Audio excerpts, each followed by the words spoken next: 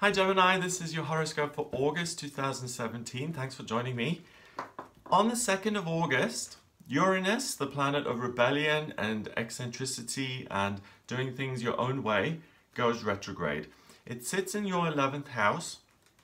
So some of you will have really made a lot of progress recently in terms of achieving your hopes and dreams, and really some of you will have done very, very well with friendships. Other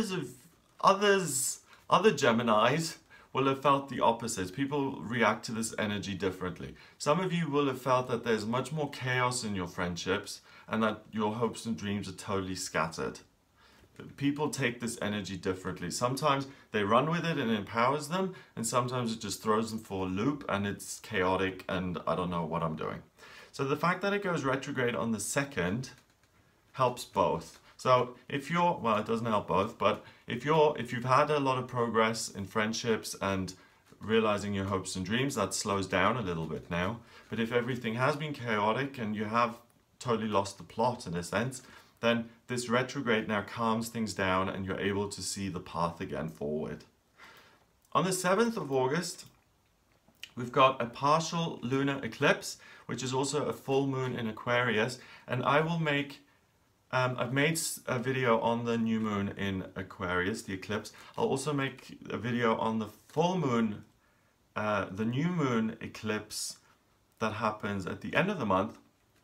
So look at those videos because I'll go into a lot more depth. But in your case here on the 7th, the full moon in Aquarius happens in your 9th house.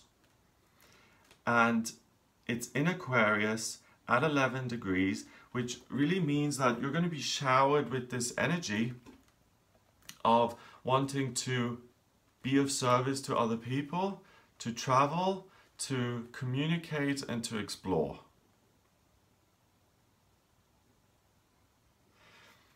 Because it's on a south node and it's interrupted, the effects of this will last for about 6 months.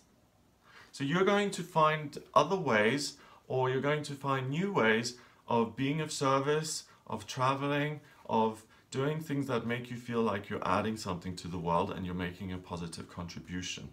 And that lasts for about 6 months. On the 9th of August until the 20th, we have a Venus and Pluto opposition. Venus is the planet of love and beauty. She's in Cancer in your 2nd house, and she's 180 degrees away from Pluto in Capricorn in your 8th. So there's going to be a push and pull between these two. Venus in Cancer in your 2nd house will make you very emotional about your money, about your financial situation. Pluto in the 8th at 17 degrees is really powerful, and it will say make changes to your work, especially if you're employed. Now, we all know that feelings come and go, and it's not that wise to simply act on a whim or to act on a feeling just because it's there. If you do want to change your job, then yes, do listen to your feelings, of course, but don't just throw everything up in the air on a whim. Make sure that things are in place and practical so that you can either transition from one job to the next, or that you're really looking at the facts and figures and everything, that it's, you know, that it's what you expect it to be, and that you're not going to be caught out by fine print or anything like that. Now, the other thing that you need to be aware of is that Mercury goes retrograde on the 12th. So if you do make job changes based on your feelings, you've got to do them before the 12th of August, because from the 12th onwards, with Mercury retrograde until the end of the month, there's room for error and there's room for things just to go awry. So that is not the time to change jobs. On the 12th of August until the 5th of September, like I said, Mercury does go into retrograde, and it's in Virgo in your 4th house of family. So the biggest miscommunication that can happen is actually in your personal life, in your home life, in your private family life. the thing that it opposes is Neptune in your 10th house. And what that means is that you'll dream about what you could do at work, but it's erroneous. There may be conflict with family members. You're feeling really emotional about money, so there's kind of stress there. Then you dream of what I could do. Pluto is sitting in the 8th. They're all kind of conspiring to say, okay, Gemini, we're going to give you some stress here in August when it comes to financial insecurity and family conflict. And through all of that upheaval, we're going to give you a vision of what your work looks like in future and what you could do. Really, whether you could do something else, whether you can remain an employee or become self-employed or get a promotion or work towards something. It's really important that you feel your feelings and that you don't try and block them out and ignore them, because you will get information about your working life and how to create more financial security, and it comes via your feelings.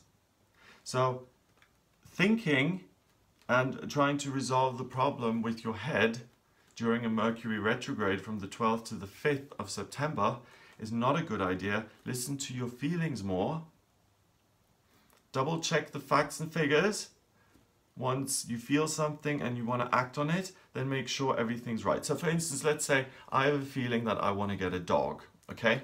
I don't just go to the local shelter and pick up a Staffordshire Bull Terrier who's then going to attack everyone in the neighborhood.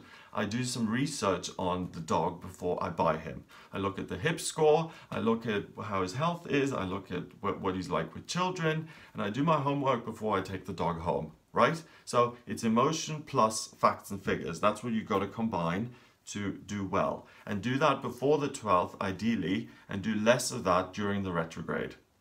So you'll be working with the retrograde from the 12th until the 5th of September. On the 21st of August, though, we've got a total solar eclipse, which is also a new moon in Leo. And that gives you great confidence when it comes to your communication.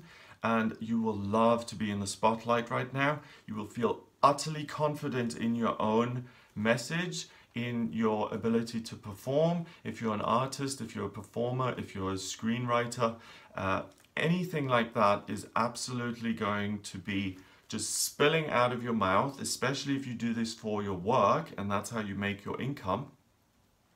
And because the new moon in Leo is interrupted by the eclipse, the effects of this last for about 6 months. And because it's a north node, it's pulling the energy in. So you've got this great Leo energy being pulled in to your 3rd house of communications for the next 6 months. So you are going to be much more vocal, and you're a Gemini, you're vocal anyway. So the way you communicate is going to be far less stifled. You're going to feel utterly confident. You may even take it too far and become a little bit cocky. So watch out for that, because you don't want to overdo it. It's better to overdo it though than to be meek and shy and social anxiety though. I mean, I would choose coming across as a little bit over the top sometimes than being all timid and shy.